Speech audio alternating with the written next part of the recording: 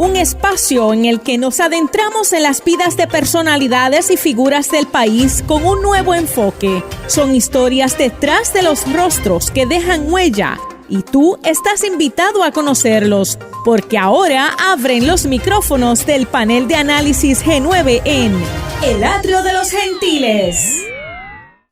Saludos y bienvenidos nuevamente al Atrio de los Gentiles. Mi nombre es Fernando Moreno Rama y me acompaña como siempre el moderador de este espacio, Víctor García San Inocencio, a quien pido que presente a nuestro invitado de hoy.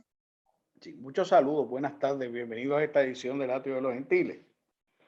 Con nosotros va a estar hoy la licenciada Sheila Vélez, querida amiga, que conozco desde los tiempos de su juventud, aclaro, no la mía, porque ya yo era mayor, y de quien puedo dar fe de su conocimiento, dedicación, entereza y claridad de pensamiento. Así que yo voy a dejar que, fuera de decir que al igual que yo, se graduó de Ciencias Sociales y de la Escuela de Derecho de la Universidad de Puerto Rico en Río Piedras, voy a dejar que sea ella quien se presente a sí misma. Gracias, Víctor, y gracias, Fernando, por la oportunidad de tener esta conversación. Pues, ¿qué yo hago? Aunque uno no es lo que hace, pero ¿qué yo hago? Yo soy el Jack and Lovell Olander Endowed Professor of Immigration, Refugee and Asylum Law en la Facultad de Derecho de la Universidad de Pittsburgh, donde soy la directora de los programas clínicos, la directora de la Clínica de Inmigración, dirijo el Centro de Derechos Civiles y Justicia Racial de la Universidad de Pittsburgh y codirijo la Clínica de Derechos Humanos de la Facultad de Medicina de la Universidad de Pittsburgh. Eso es lo que yo hago ahora en Pittsburgh. Vivo en Pittsburgh con mi esposo Orlando Portela, mi hijo Diego y mi hija Lucía. Muy bien. El decano Moreno sé que va a empezar las preguntas advirtiendo lo que decimos siempre. Aquí se explora, se trabaja con lo que tienen que decir las personas que han dedicado su vida al servicio. Y esa parte nos interesa mucho, entre otras. Dejo al decano Moreno. Bueno, yo creo que ya Víctor sentó las bases. La primera pregunta sería ¿cómo llega la familia Vélez Portela o Portela Vélez a Pittsburgh? Pues mira, yo estaba en Puerto Rico, yo trabajaba en Derecho de Inmigración desde que me gradué de la Facultad de Derecho de la Universidad de Puerto Rico. De hecho, incluso antes, porque yo, aunque me gradué de la UPI, yo estuve un año fuera de la universidad y estuve haciendo la clínica de inmigración en Arizona, en the University of Arizona, y después me fui a trabajar a estudiar Derecho como intercambio en Tokio y a trabajar con una organización de derechos humanos que también trabajaba con los derechos de los inmigrantes coreanos en Tokio. Así que esto ha sido ha sido lo que yo he hecho, y cuando estaba estudiando Derecho, yo cuando fuese grande, que nunca crecí mucho, quería ser directora de una clínica de derecho de inmigración. Así que en alguna manera, esto es como, estoy haciendo lo que yo quería hacer cuando fuese grande. Todavía no me siento que soy grande. Y entonces estaba en Puerto Rico y yo he estado trabajando con comunidades inmigrantes en Puerto Rico por mucho tiempo, sobre todo con el Centro de la Mujer Dominicana, que era de reciente creación en ese momento, y estableciendo una clínica pequeña de inmigración en Mayagüez, en Hostos. Y en ese proceso, una colega me dice, mira, me envía un correo electrónico y dice, mira, esto se parece a ti. Y era una convocatoria de la Universidad de Pittsburgh para establecer una clínica de inmigración, porque no existía en ese momento en la universidad una clínica de inmigración. Y yo lo pensé. Pittsburgh resultaba ser una de las pocas ciudades en que Orlando hubiese considerado vivir en Estados Unidos por el béisbol, Roberto Clemente, y la relación que su familia y con con los Clemente a través del tiempo, su papá. Así que lo traté. Y entonces vine para Pittsburgh con una cosa que se llama un Visiting Assistant Professor, lo que le llaman un VAP. Y como VAP, creé la Clínica de Derecho de Inmigración y después me quedé como profesora asistente. Tuve que volver a competir, esto fue una competencia nacional, tuve que volver a competir después de ser VAP en una búsqueda nacional a través del AALS, que es como se hace en Estados Unidos, que es lo que le llamamos el mid-market, porque eso es lo que es. Y me quedé en Pitt, como assistant. Tuve la oportunidad de moverme de assistant a associate en 3 años antes de tiempo. Y ahí como associate comencé a ser directora de la clínica, del programa clínico. Luego tuve la oportunidad de tener un chair. Y entonces cambiar de profesora asociada a un endowed chair, que es el endowed chair Jack and Lowell Hollander. Y ahí estoy. Y para ubicar un poquito a nuestra audiencia, ¿cuál es el día a día del trabajo clínico? ¿Qué hace específicamente una clínica de inmigración? Pues mira, mi clínica, nosotros tenemos el privilegio de que somos un proyecto un poco distinto a otras clínicas que hay en la universidad, porque la clínica tiene un staff attorney y un fellow.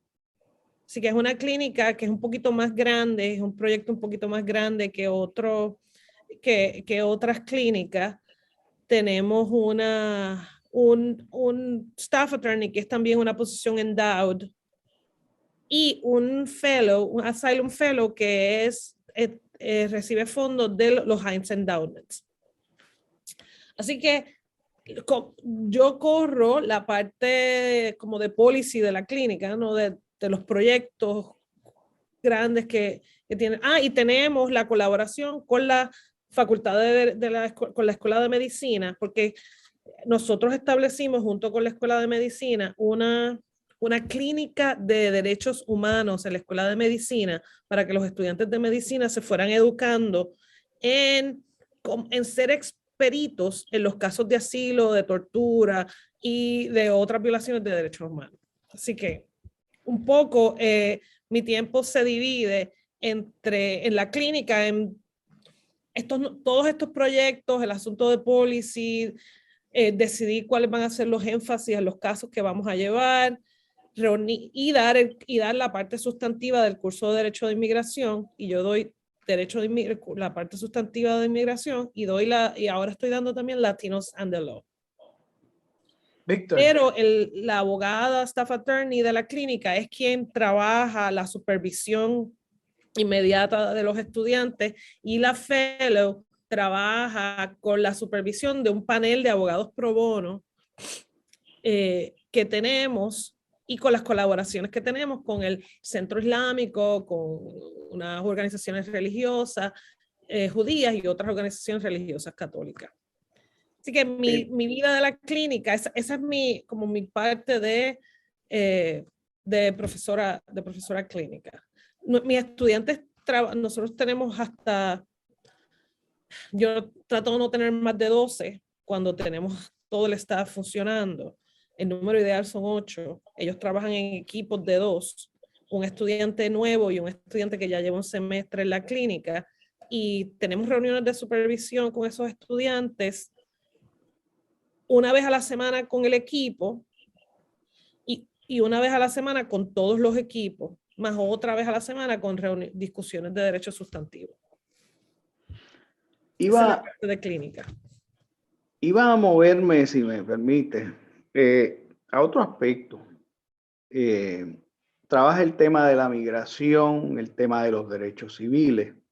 Quisiera preguntarte cómo el hecho de tú ser puertorriqueña, que se ha trasladado a los Estados Unidos en una de en uno de los distintos tipos de migración, ¿cómo te ha ayudado a complementar tu entendimiento de la realidad de los migrantes? Mira, Víctor, yo llevo muchos años trabajando con inmigrantes. Una de las facilidades que tenemos viniendo de Puerto Rico ciertamente es el asunto del lenguaje, porque en Estados Unidos, como sabemos, la gran mayoría de los inmigrantes son inmigrantes que hablan castellano, o que son inmigrantes latinoamericanos que pueden tener el castellano como segundo idioma, porque una gran cantidad de los inmigrantes de Guatemala, El Salvador, son inmigrantes que su lengua principal es una lengua indígena, puede ser mam, puede ser ichil, y el castellano es una lengua secundaria. Así que el asunto del lenguaje y esa cosmovisión y esa unión cultural, ¿verdad? Esa perspectiva que te da el ser latinoamericano, pues ayuda a que la gente se identifique más contigo y que haga tu trabajo y ser tú más accesible para ellos. Y eso es muy importante cuando uno está trabajando con comunidades. Así que ese asunto de ser puertorriqueña, de ser latinoamericana, de tener esa experiencia de vida, hace mi trabajo como abogada de inmigración cuando estoy trabajando con inmigrantes latinoamericanos más fácil, pero también lo hace cuando estoy trabajando con inmigrantes caribeños y caribeñas, ¿verdad? Porque está también toda la parte caribeña. Nosotros trabajamos con comunidades, hemos trabajado en casos con comunidades haitianas, con distintos inmigrantes caribeños, jamaiquinos, trinitarios, y el ser caribeño también hace que haya una identificación. Dice, oh, yo soy jamaiquina, yo, mira, yo soy puertorriqueña, o yo soy haitiano, y dice, tú eres boricua. Y eso, ¿verdad? Crea una conexión cultural que hace que la persona se sienta más cómoda trabajando con, y obviamente el asunto también del lengua en el Caribe, ¿verdad? Porque uno como caribeña, pues hablas español, hablas inglés. Yo tuve la oportunidad de aprender francés desde hace muchos años y puedo utilizar eso también. Y yo a todo eso se lo acredito al asunto de más que nada de ser caribeña. Y siguiendo con esto, obviamente tú eres una persona que por sus estudios, por su preparación, eres de alguna manera distinta al perfil que se construyen. Todos los perfiles se construyen. Las personas sobre lo que es un extranjero o un inmigrante o alguien que se muda a los Estados Unidos. Eso quizás de alguna manera facilita unas cosas, quizás dificulta otras, pero yo te quiero preguntar si tú has sentido, la opresión del racismo. Mira, Pittsburgh es una ciudad muy segregada. Es una de las ciudades más segregadas de Estados Unidos. De hecho, la serie que acabamos de comenzar en el Center for Civil Rights and Racial Justice se llama Apartheid City, ¿verdad? Pittsburgh as an apartheid city. Porque los índices en general, los índices educativos, de salud, todos los índices sociales de la comunidad negra en Pittsburgh es menor. En Pittsburgh hay una comunidad latina que ha sido históricamente muy pequeña, que está creciendo ahora. Así que hay unas tensiones interesantes raciales. A nivel personal, te puedo decir que me tomó mucho tiempo acostumbrarme, yo creo que todavía no me acostumbro a que yo sea siempre la persona más oscura en los espacios donde yo me muevo.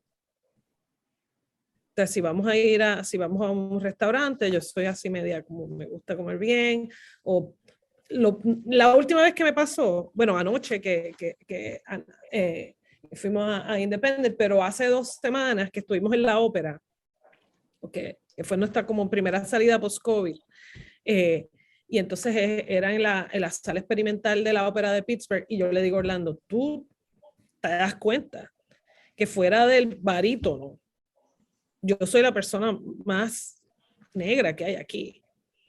Y siempre es así. Y entonces tú lo sientes aunque no haya, aunque no sea abierta el estar solo, ¿no? Tú sientes la exclusión del otro, obviamente, porque lo vives. Esa es la ciudad donde hace más de medio siglo, durante 20 años, Roberto Clemente se convirtió en un ídolo deportivo, pero se quejaba continuamente del discrimen por el hecho de ser latinoamericano, de ser caribeño y de ser negro puertorriqueño. Absolutamente. Y a la gente no sabe que la segregación racial, aunque en el norte no era por legislación, era por costumbre. Y se le aplicaba a los latinos también. Y él era latino y negro. Hay una profesora que se llama Michelle Ridatsky que tiene toda una serie de trabajos sobre esta experiencia de Roberto Clemente, en cómo era tratado de manera distinta. Y hay gente que, por ejemplo, que ha escrito, y Orlando lo ha comentado también, porque él es como un erudito del béisbol, cómo la prensa trataba a Clemente de una forma completamente distinta de cómo trataba a los demás. De que no era tan committed, que se quejaba mucho, que siempre estaba lesionado, que era como un chango, que era o sea, todo este tratamiento y el disparaging de Roberto Clemente era distinto a cómo trataban a los otros jugadores que no eran negros ni latinos. Así que eso no ha cambiado un poco, es lo que quiero decir. Y Clemente jugó con un dirigente que no veía ese asunto racial como algo tan significativo. Hay una anécdota de que uno de los asistentes un día le dice, coach, se dio cuenta de lo que está pasando, y los 9 jugadores en el field eran latinos o negros, y no había ningún blanco, y el coach le contesta, yo veo 9 piratas en el field, yo no me estoy fijando en el asunto, y eso yo creo que le sirvió de plataforma a Clemente en algún momento también. Cierto. No es una conversación sobre béisbol, pero Pittsburgh es un lugar muy cerquita también del corazón de muchos puertorriqueños, precisamente por el puente creado por Roberto Clemente.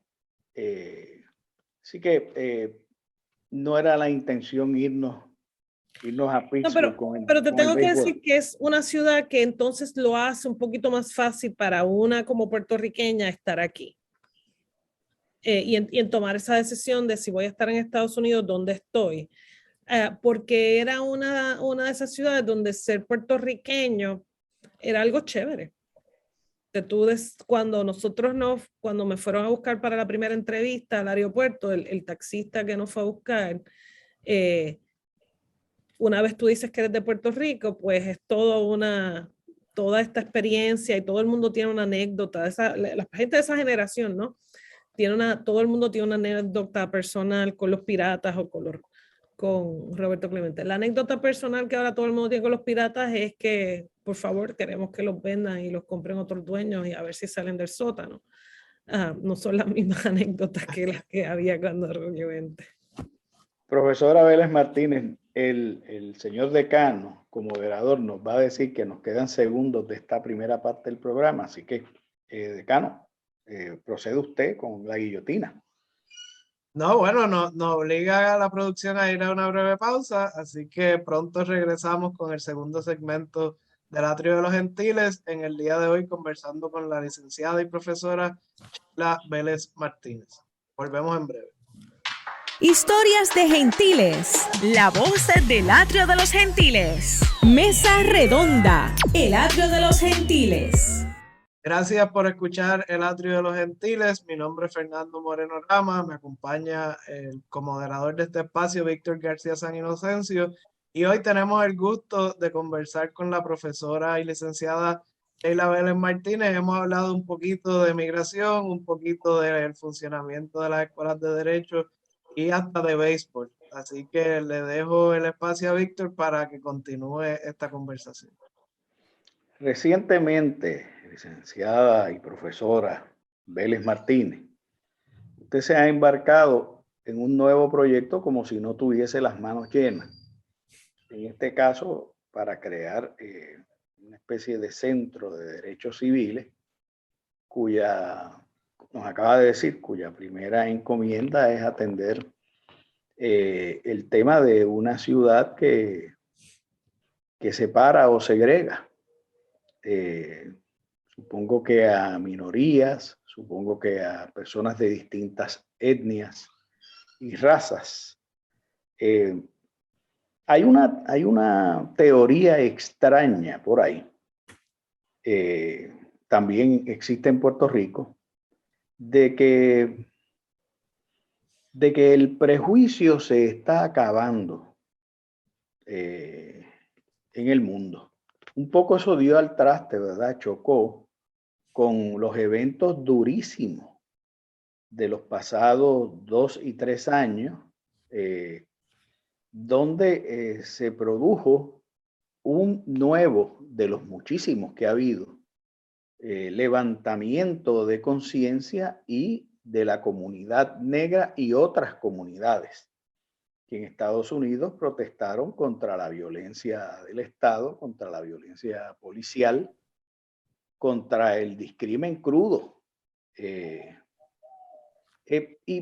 ahí me gustaría que usted me hablase de esa clínica, de ese proyecto, perdón, de derechos civiles, de ese centro en el que ustedes se están embarcando, y cómo usted ve realmente ese problema. Ya nos acaba de decir que en el norte no era por esa legislación grotesca de Jim Crow, los estatutos, como en el sur, sino que era por unas prácticas sociales muy, muy fuertes. ¿Cómo usted ve esa perspectiva ahora mismo en una ciudad tan norteña como Pittsburgh?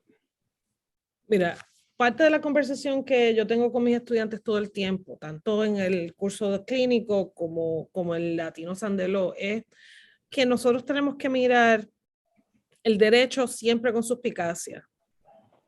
Porque el derecho es cómplice de la explotación y de la opresión social, ¿verdad?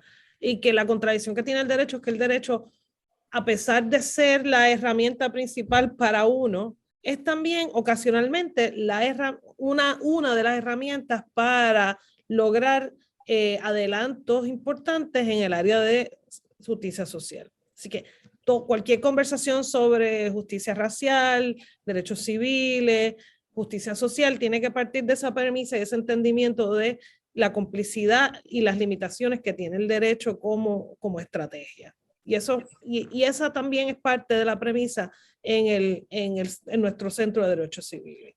Es que la idea es tener un proyecto que tome en consideración esas limitaciones del derecho y crear proyectos de trabajo que tienen una dimensión jurídica y que esa dimensión jurídica lo que incluye es la participación de los y las estudiantes para entender y mirar el derecho desde una manera crítica. Y mirar el derecho de una manera crítica es crear experiencias de experiential learning o doctrinales o de trabajo con la comunidad que le permiten a los estudiantes entender y evaluar el derecho no por sus objetivos expresados, sino por sus resultados.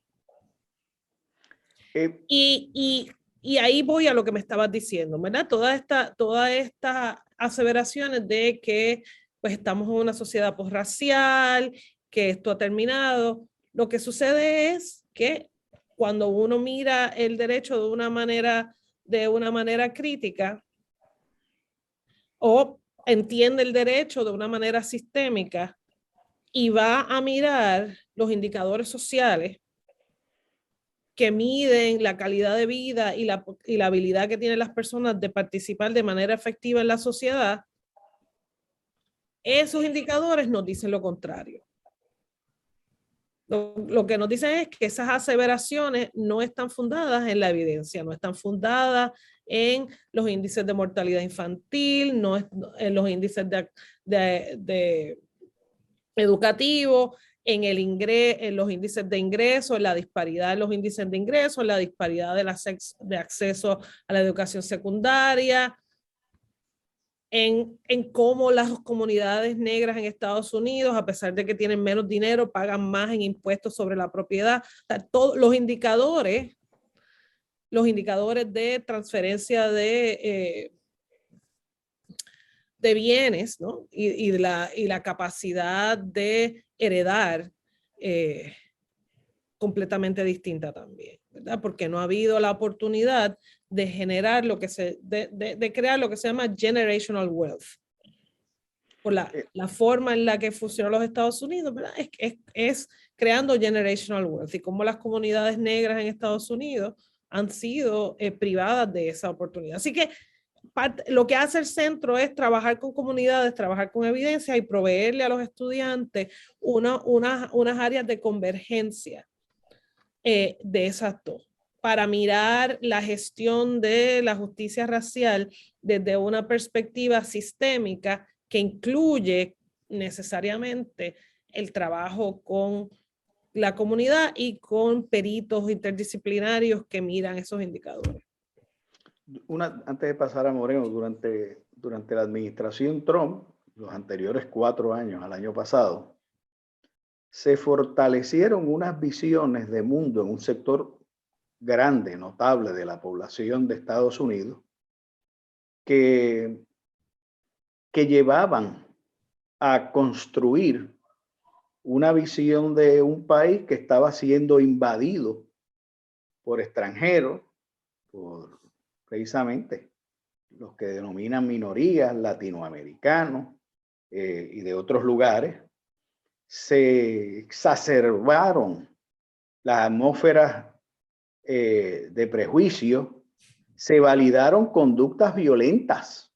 Estoy hablando desde el oficialismo a la presidencia misma, cuando se daban incidentes en donde claramente habían maltratado, incluso muerto personas, y se igualaba a los ejecutores y aplaudidores de esa conducta con las víctimas. Y obviamente se ha creado un ambiente muy radicalizado, muy polarizado, debo decir. Dicen que Estados Unidos está rajado por la mitad y que hay graves cicatrices que se abrieron o heridas que se profundizaron. I'll be there right now. Sorry. Mira, Víctor. Te pregunto, ¿qué perspectivas ofrece ese mundo abierto, rajado, esas heridas que estuvieron siempre abiertas pero profundizadas nuevamente de cara, por ejemplo, a ciclos electorales donde es posible que el Partido Republicano prevalezca en el Congreso? ¿Qué perspectivas ofrece? ¿Llevará esto a que la profesión legal tenga que asumir posiciones mucho más firmes, acaso más radicales, y levantar banderas ante esas realidades? Mira, Estados Unidos es un país que está fundado desde una premisa de supremacía blanca. La Constitución de los Estados Unidos es una constitución esclavista.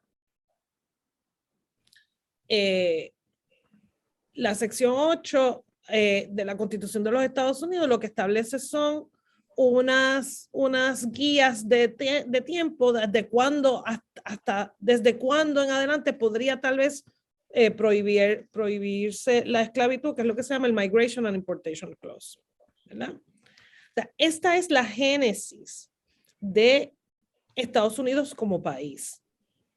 Estas iniciativas que tú estás mencionando y estas instancias de racismo abierto son cíclicas en la historia de los Estados Unidos, pero nunca han sido eliminadas del discurso de los Estados Unidos.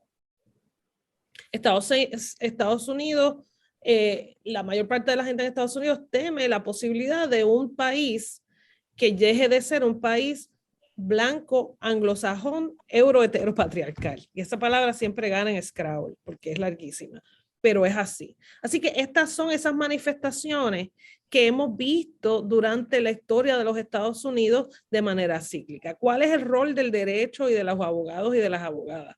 Bueno, los abogados y las abogadas que nos acercamos al derecho de una perspectiva de justicia social, tenemos que, como diría el profesor Anthony Farley, we have to smash it. O sea, hay que destruir ese discurso.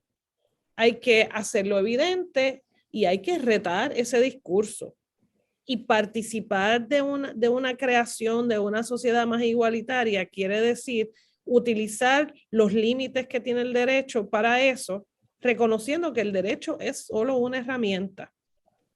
O sea, no ha habido ninguna ganancia fundamental de derechos humanos a través del derecho que no haya tenido fuera del derecho una base de activismo, de lucha y de participación comunitaria. Porque el derecho va a tender siempre a preservarse.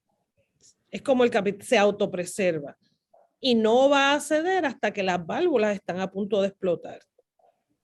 Y eso se logra a través de esa concertación pública con la comunidad, con el activismo. En el mundo de las cuotas, el presidente Biden ha dicho que va a nombrar a una mujer negra al Tribunal Supremo, es una evaluación que están haciendo ahora. ¿Significará esto que se formará en el Tribunal Supremo un gueto integrado por la juez Sotomayor y la persona que nomine y confirme el Senado por estrecha mayoría? Yo resiento ¿verdad? Sí. Esa terminología de gueto que pero la pregunta es para provocar precisamente ¿verdad? Que tiene este peso racial tan fuerte y étnico. Si se va a formar un bloque de votación, pues ojalá. O sea, pero no es suficiente. O sea, no es suficiente. El Tribunal Supremo hay que verlo como algo perdido. O sea, el Tribunal Supremo de los Estados Unidos, para efectos de la justicia social, en este momento es un non-entity. Eso es una tremenda afirmación que haría titulares quizás en otros medios. Pero agradecido por su respuesta, decano. ¿Qué nos queda? Bueno, nos queda agradecerle a la profesora Vélez el ratito que ha compartido con nosotros. Sabemos que tiene otro compromiso y no queremos quitarle más tiempo. Así que, profesora, siempre terminamos despidiéndonos con una invitación a seguir esta conversación en un futuro programa. Así que nuestros micrófonos y este espacio, la invitación es permanente cuando usted así lo desee. El placer ha sido totalmente mío. Muy agradecido y va a estar con nosotros próximamente en la serie sobre Haití. Eso es cierto, sí. Bueno, muchas gracias. Un placer.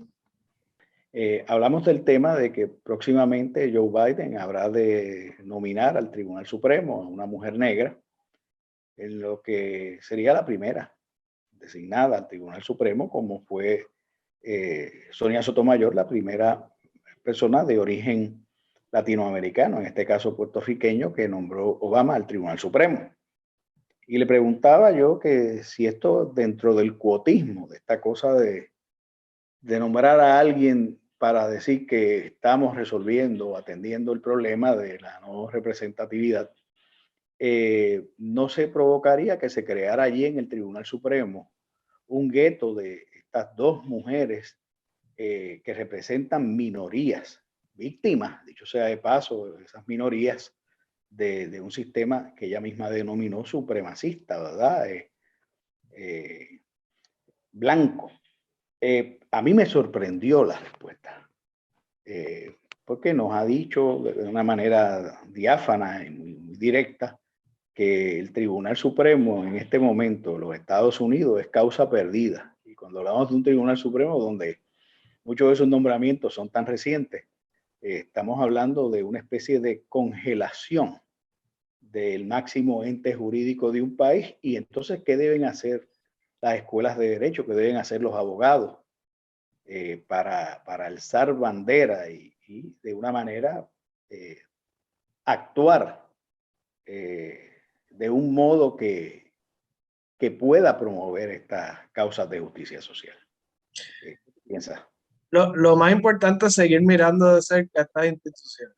Washington, como norma general, y el Tribunal Supremo Federal no es una excepción, ha estado controlado históricamente por los famosos WASP, ¿verdad? Por sus siglas en inglés, White Anglo-Saxon Protestant, hombres blancos anglosajones protestantes, que han tenido por más de un siglo, casi 2 siglos, pues el control del Tribunal Supremo y de la toma de decisiones en el Congreso y la presidencia, a excepción de Barack Obama, pues ha sido históricamente dirigida por hombres blancos.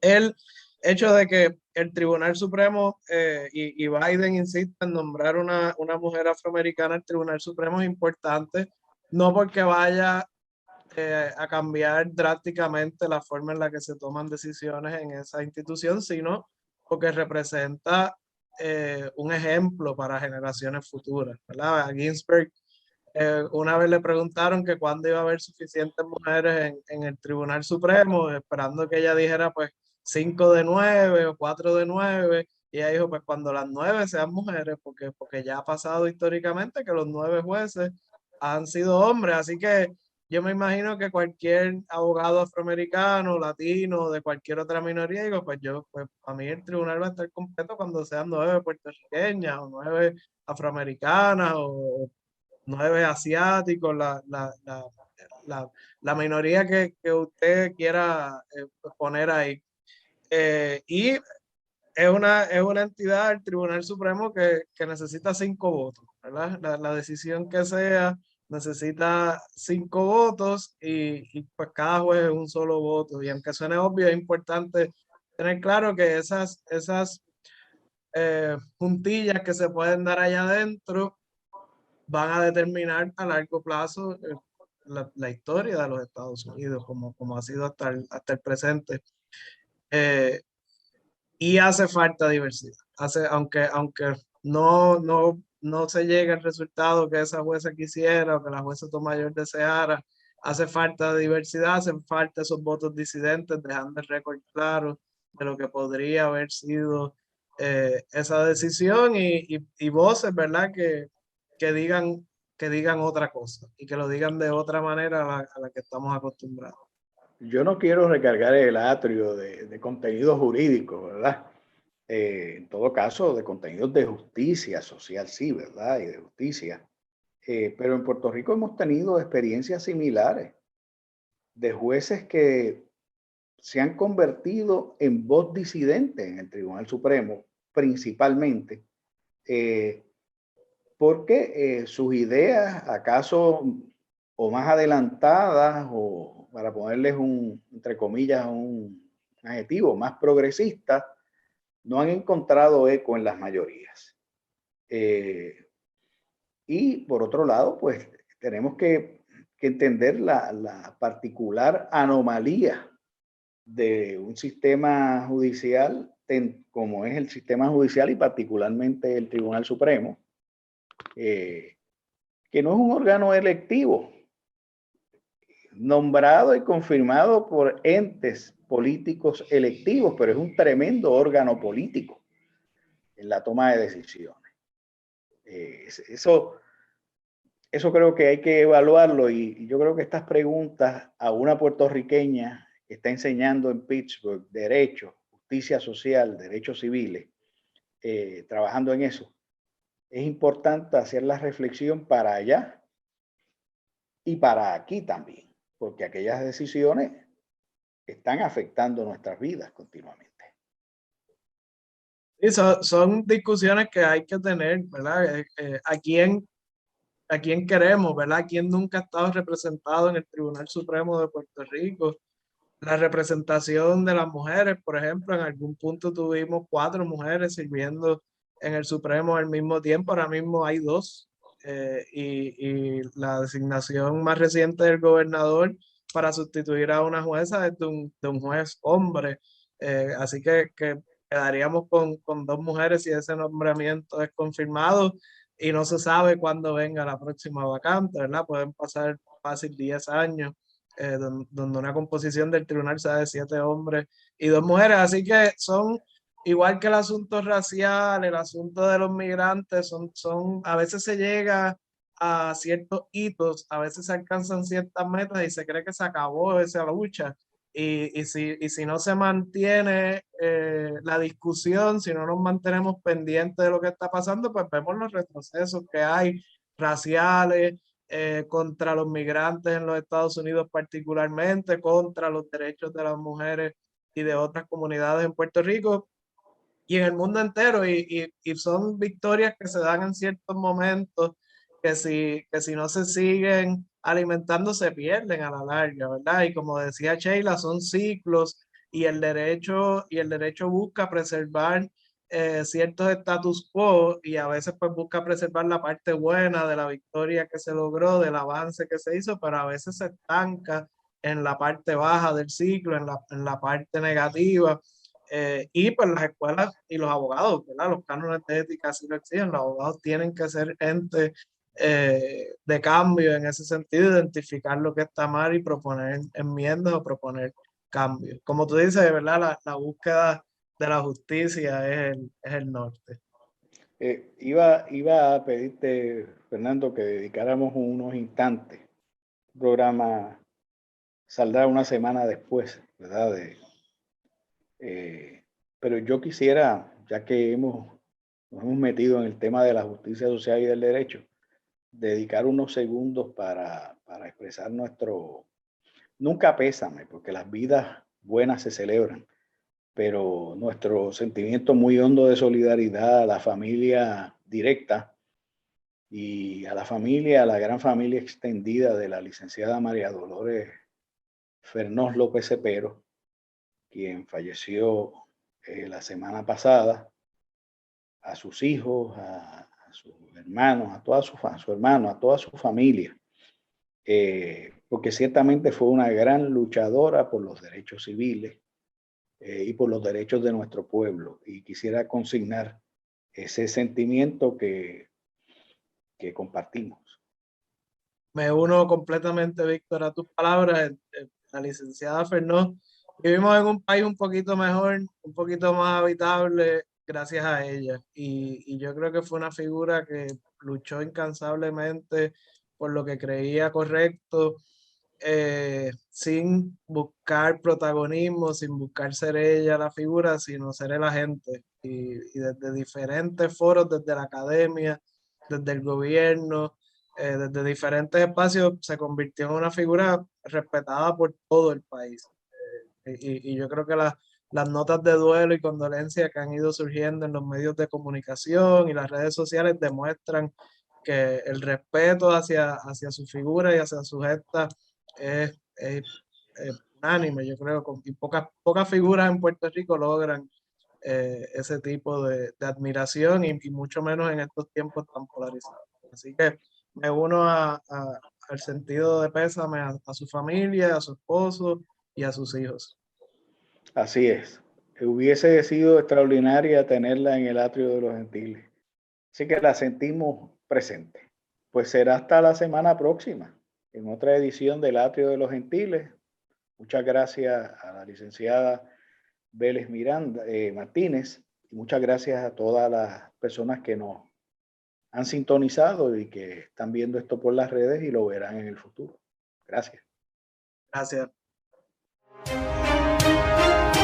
Intégrate a la mesa y descubre las vidas de los gentiles. Comunícate con nosotros a elatriodelosgentiles@pucpr.edu. Queremos saber de ti. El Atrio de los Gentiles es una producción de la Pontificia Universidad Católica de Puerto Rico.